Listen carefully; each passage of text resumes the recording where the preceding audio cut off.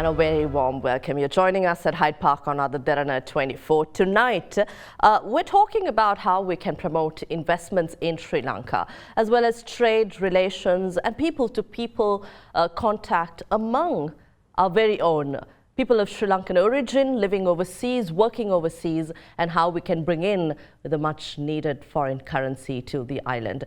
Here with me tonight at Hyde Park, joining me is MP Hangdong Ayubowan, Member of Parliament for Don Valley North of Canada.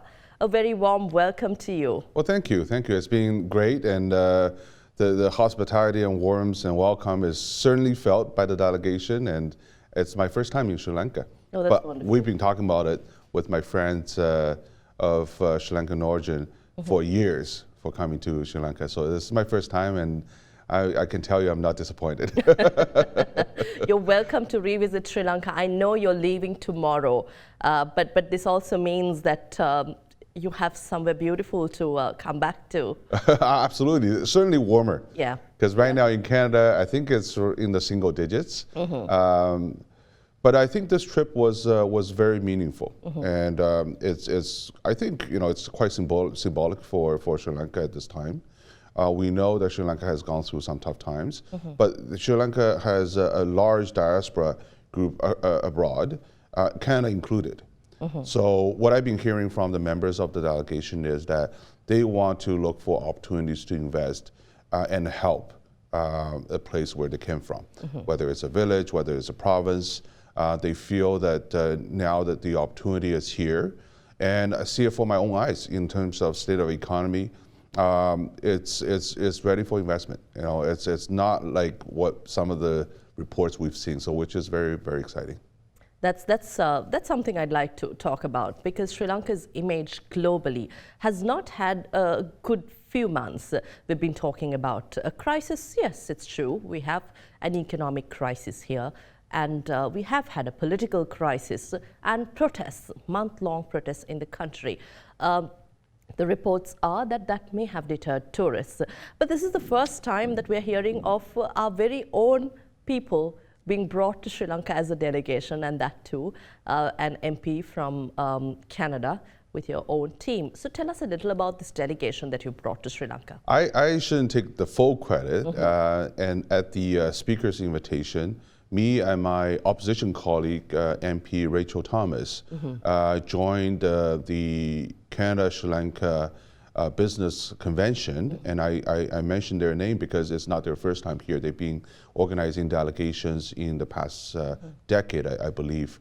So there has been a lot of previous visits, but I decided to join because I think I want to see for myself, what current state of Sri Lanka is. Canada has large interest in Sri Lanka. We've been supporting Sri Lanka on many fronts. I think annual investment bilateral cooperation sum up to be more than $18 million from Canada alone. And Canada, of course, is a core member of the Human Rights Commission to help Sri Lanka. So we have a lot of interest in Sri Lanka.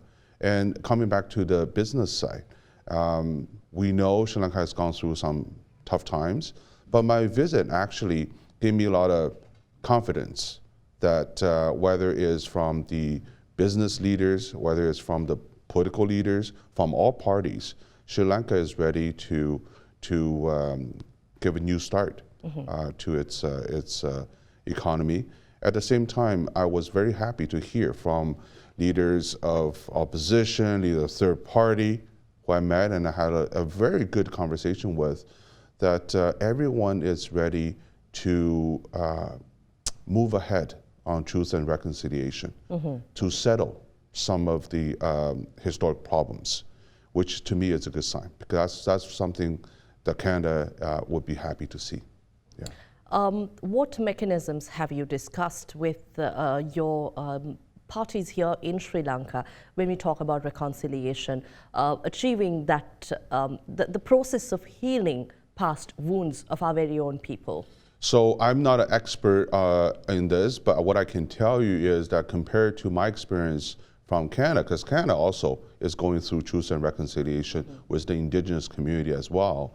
What I've heard is it's going to be based on conversations, dialogues, and building that mutual trust, and talking about sustainable policies and to welcome investments in different regions in Sri Lanka, truly lift people out of poverty, truly give access to women and girls to education and political representation.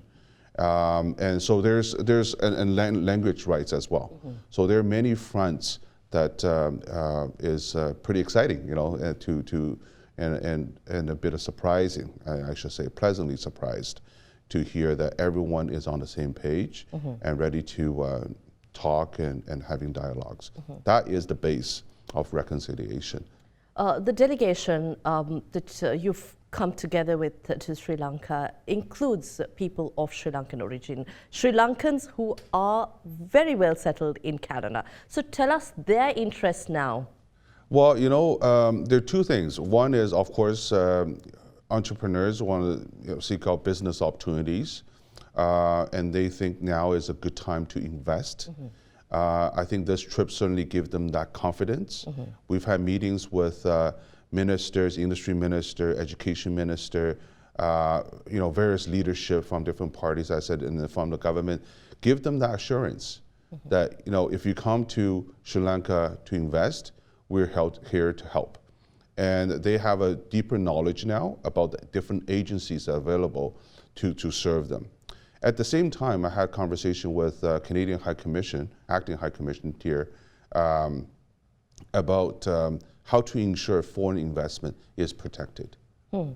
And I know that there are agencies set up here, but we want to see more efficient, more effective functions of these agencies to protect foreign investment. But at the same time, yesterday we saw Port City. We took a visit to Port City, and a very promising project over there. And whether it's real estate, whether it's education, whether it's agriculture development, IT investment, there are many fronts that the delegation is paying a lot of attention to. When you were elected as a member of parliament, you also are the co-chair of the Canada-China Legislative Association. What does this mean? So in Canada, we have parliamentary associations, and that's being set up previously, and these are funded by the parliament budget. So I am a co-chair of Canada-China Legislative Association. My counterpart is from the Senate, Senator Paul Maskell, and we facilitate dialogues, conversations, bilateral visits between Canadian parliamentarians and Chinese parliamentarians.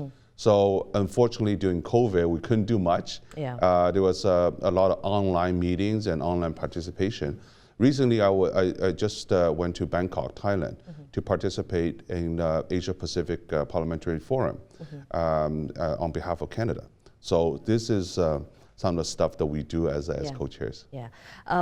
About the investments to Sri Lanka from your part, especially of Canada. Let's talk about what areas you all have discussed so far and what projects you take back to discuss with your partners there. There has been a lot of conversations. We had a meeting with CMG, a large group here, business group here in Sri Lanka. My particular interest and left me a good impression was on the education front, because we understand that to have a robust economy, you need talent, and internationally right now there's a severe shortage of skilled labor, and Sri Lanka is definitely. I'm convinced the government is looking at restructuring, reform to pump out more skilled talent ready for the economy. And this is somewhere that Canada can help. For example, Ontario, that's the province I reside and represent. They have a very solid vocational training, and we have a college system. Is going to pump out a lot of skilled laborers every year, and we've been doing it for almost more than 50 years now. So this is something that we can definitely share with Sri Lankan counterpart. Right. Set up joint programs, set up joint research projects.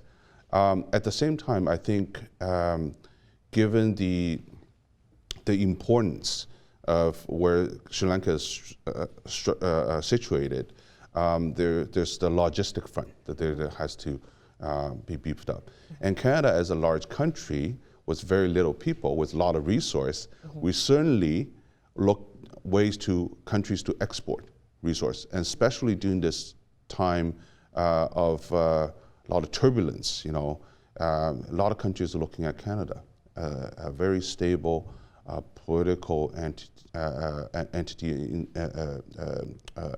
institution, and a very well rule-based economy, a very efficient economy. They're looking at Canada as the source of some raw material. So that's somewhere Canada and Sri Lanka can cooperate. So we have 2.6 million Sri Lankans who are either living, settled overseas, or working overseas. Of that, around 1.5 million are settled and 1.1 million are working overseas. Of that, around 500,000 in Canada. So there is so much we can, so much of support the island nation can absorb and receive from Sri Lankans. So how do you think this country, you've spoken to many from parliamentarians to politicians to academics and entrepreneurs. So how do you think we can facilitate bringing these Sri Lankans back to Sri Lanka to either visit every year or maybe collaborate in terms of having joint venture projects? So one member of the delegation said it really well. Other than the business intentions and profitability, and which I'm sure there will be abundance of, there is a will of Sri Lankan Canadians who came to Canada and became successful, to bring their next generation back to Sri Lanka to create that heritage tie with their country of origin. So there, on the culture side, certainly there's lots of opportunity to exchange, to share, to co-develop. It's delegations like this to start these conversations, to have high-level, to access to high level in the government to facilitate these joint programs. But it all comes down to people have to feel confident with their investment. People have to feel that there is a structure in place to ensure their investment is protected. You mentioned, you stress on the point investment is protected and that efficiency of these investments, the efficiency of processing these investments should be ensured, and that was one of your preliminary discussions you've had with the investment promotion agencies here. In terms of doing business, how do you assess the environment in Sri Lanka for outside investors? I think it's pretty good from what I see. But certainly the recent crisis has put a dent in the confidence of investors. My recommendation to the Canadian investors is when they come here, you really use the service of their High Commission or consulate. There are many experts working on the ground who has the knowledge, who has the connection with the government agencies that can be helpful. What I see in a very limited time, I should say, is the willingness not just to attract investment for the short period, but having a longer plan, whether it's real estate development, whether it's infrastructure development, from the government side in Sri Lanka to the foreign investors. They are offering a lot of opportunities to them. They are offering a lot of incentive to them. But for the local economy to really become robust, there has to be infrastructure investments, which is capital intensive. And there's an opportunity for foreign investors. And there has to be a stable supply of energy, and that was one of the big element of the discussion during the crisis, is that continuation of a stable energy supply.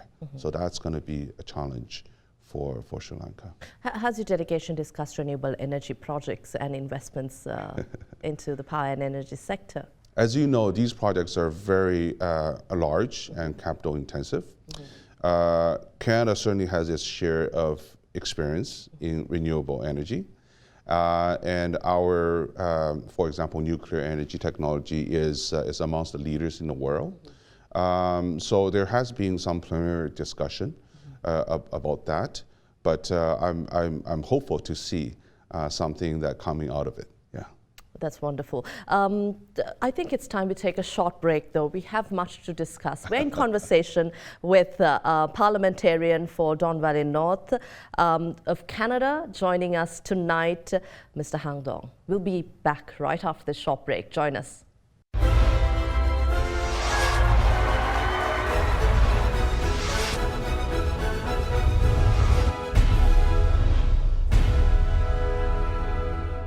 A very warm welcome. We are back at Hyde Park on Ada Derana, and we are in discussion with the Member of Parliament of Canada, Mr. Hang Dong.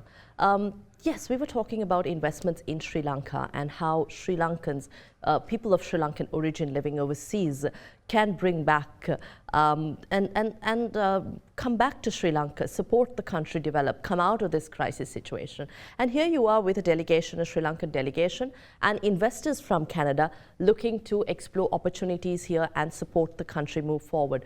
What areas are we looking at in terms of the region and districts or provinces? Have they discussed or showed interest? Very good question. I think I did a bit of survey.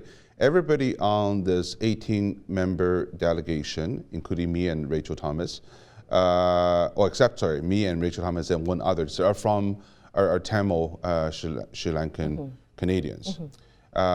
They would like to invest back in the regions to where they came from. I said earlier that other than the economic interest, they really want to build that tie, build that bridge between their next generation and the village, the province that they came from. They value the heritage aspect of their investment. So in the conversations I've had with government leaders, opposition leaders, and leader of the third party, they all show support for this kind of investment. But at the same time, I think we can't just talk about the economy without talking about reconciliation, because for investors, they want a stable political environment to ensure that there is, to make that investment. So I resort back to Canada, where is a country of immigrants, of many heritage and culture, and it's unique around the world. But how can us all coexist and work together and have a single identity as Canadians? And I think it's important to be inclusive, to understand each other, to share the challenges, and sometimes pain times. Like for example, we had there was an incident with the Iranian flight, downing of the flight, and the Iranian community, the Persian community came together, but the entire nation came together because we see them as Canadians, and we pulled through the tough times in the last 2 years. I can have many examples where Canadians coming together and support each other. And that's what I really want to see in Sri Lanka. I heard the leader of the opposition party said there should be one identity, which is Sri Lankan. we're all Sri Lankan. And I heard from the leader of the third party talking about to coming out of the reconciliation, we have to be able to have rights to speak up our mind, to fight for our people's benefit, which I find similarity in Canadian MPs. If the government is going to make an investment in the riding I represent, I need to know. I need to get involved in that conversation. I need to be able to tell my constituents how this is going to benefit them and lift up their standard of living. So their involvement is very important. And I think they're asking for the right things, something very tangible, not just ideology, something very tangible to something that's deliverable for the government and for the parliament. So these are the, I think, basis of prosperity, a sustainable prosperity. And that's what investors also are looking for. It's interesting you talk about the multiculturalism there in Canada and how people of different origin, people of different faith, ethnicity, communities from different lands are able to settle there in Canada and carry proudly the Canadian flag as Canadians. In Sri Lanka, to replicate a similar system, for years we have had our people living in harmony, people of different faith, religion, but in recent times too, and during the war too, we saw that division that was created within our people. So how do you think we could replicate that that experience in Canada, in Sri Lanka, for a lasting that coexistence that we can bring into the country? Yeah, every country around the world has its unique challenges. I'm certainly not suggesting that Sri Lanka should duplicate whatever Canada has, but Sri Lanka has a functional parliament. It's a functional democracy. The representation of members of parliament is very important. Their voice needs to be heard and considered. At the constitutional level, Canada has something called Charter of Rights to ensure freedom of speech, freedom of assembly, to freedom of mobility, to give equal rights to everyone, every Canadian citizen, including PRs as well, because they're future citizens. And there's something called multiculturalism, started by the former Prime Minister Pierre Trudeau. And the way that he designed it really embedded into the public policies. When I say public policies, I'm talking about fundings, programs, government long-term strategies has to consider multiculturalism. And this is very important.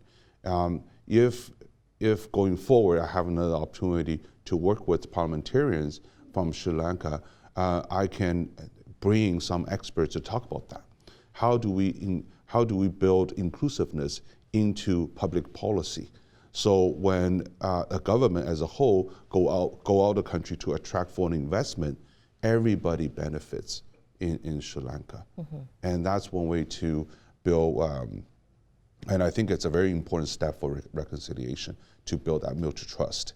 The other front that Canada is working on, because I also said earlier that Canada is going through truth and reconciliation, is equality, and not just equality in a sense of human rights, but also access to service, access to education.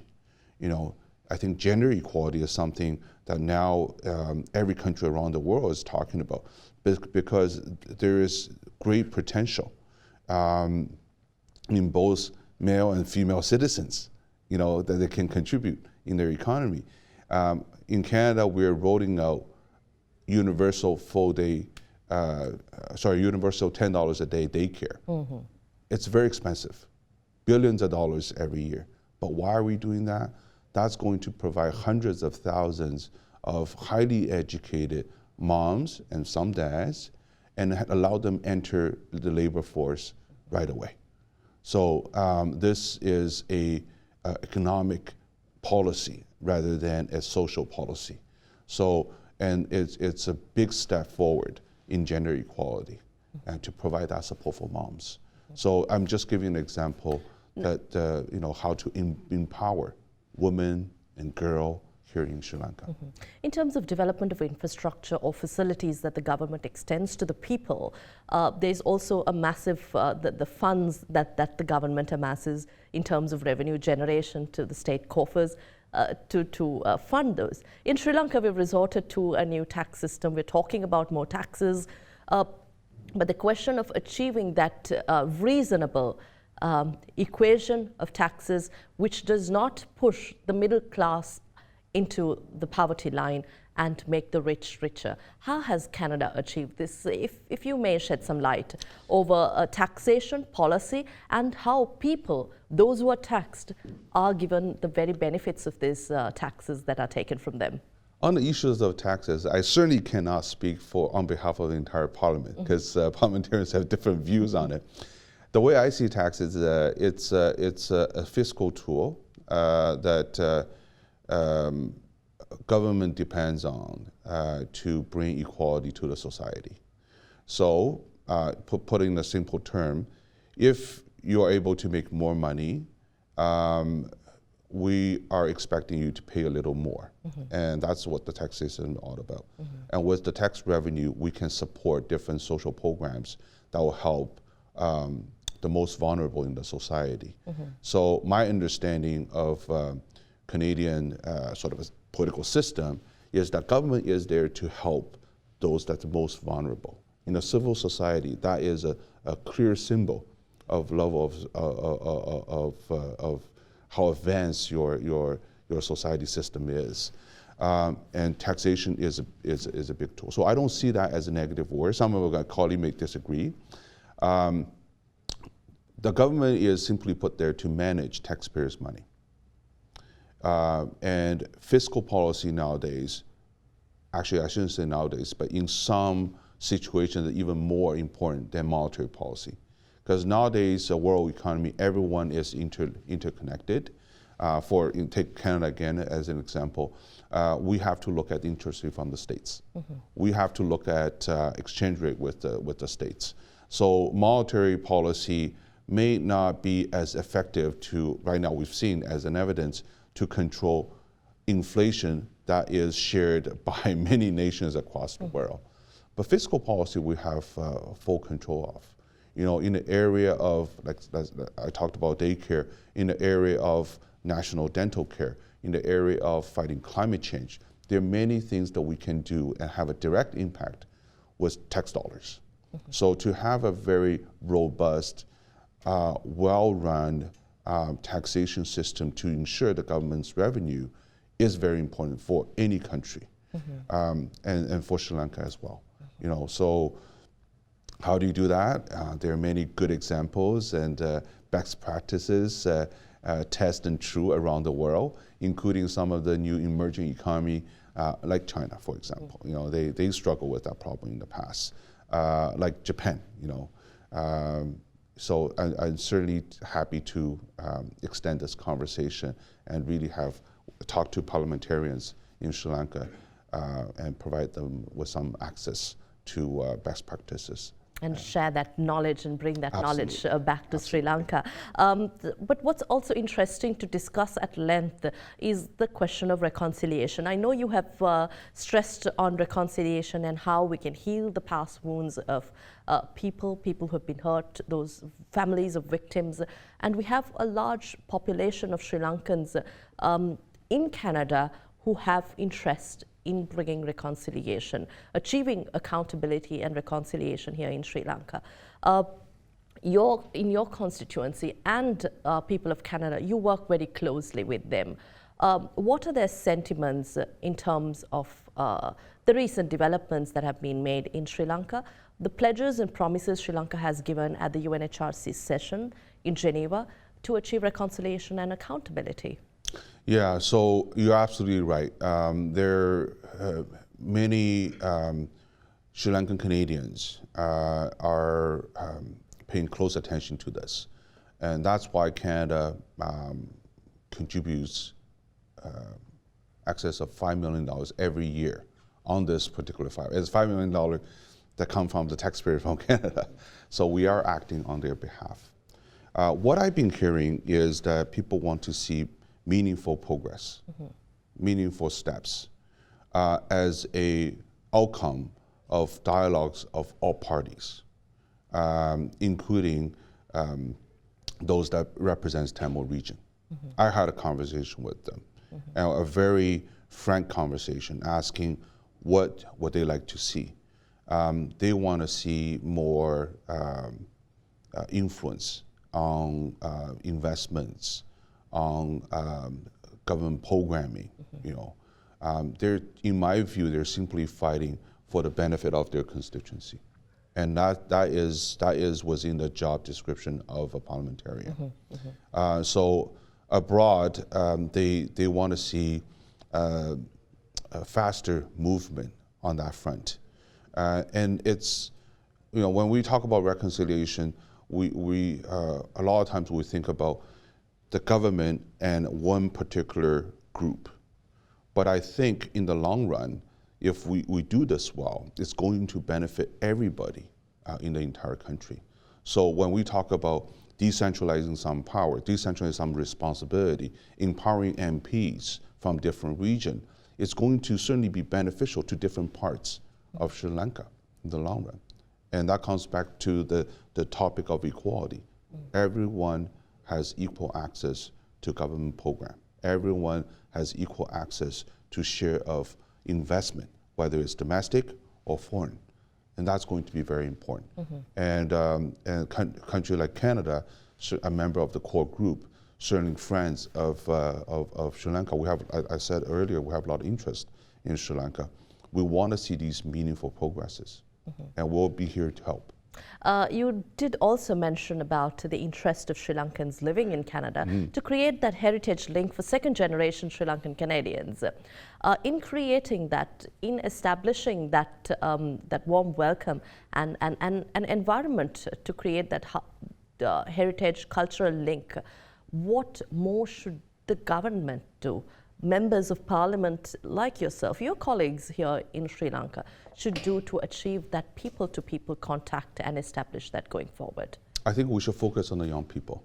What we've seen in the recent movement is that young people from Sri Lanka is beginning to pay attention to the political environment. This is very good in a sense that they're engaged. They feel that they're empowered. They feel that they can make a difference. We need to keep that energy up, but directed in a more productive, constructive direction. So young people exchange between the two countries, exchange programs through institutions is going to be very important. This high level of visits from Canadian business group or Sri Lanka business group is very important. As government, we need to facilitate these conversation discussions. I welcome a delegation from Sri Lanka to come to Canada to have conversations with the diaspora there, to showcase some of the investment opportunities now you have for investors abroad. I would love to facilitate that. So be bold, go out there, and at the same time harvest the energy of young people, create more conversations between them. Yeah. That's interesting. We would like to promote that. We would love to promote that, hear from you going forward. Would you say Sri Lanka is ready to do business with the rest of the world, that Sri Lanka is ready to welcome tourists? You visited here in the past couple of days. How would you assess the situation here and speak to the rest of the world? This is very important, and I want to send this message out. My last 5 days of stay, I saw the society, the order has been restored for the society. I've seen a very energetic economy.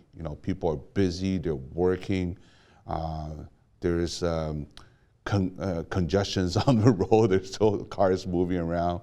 And I also have taken an opportunity to visit an organic a Buddhist village, and on the way there, I see the stores of very specialized technical product, which is I think they play a big part in the supply chain. Them operating, and there's business people going in and out. So to me, they're all signs of a very vibrant economy, and I hope Sri Lanka can continue this trend while attracting foreign investment.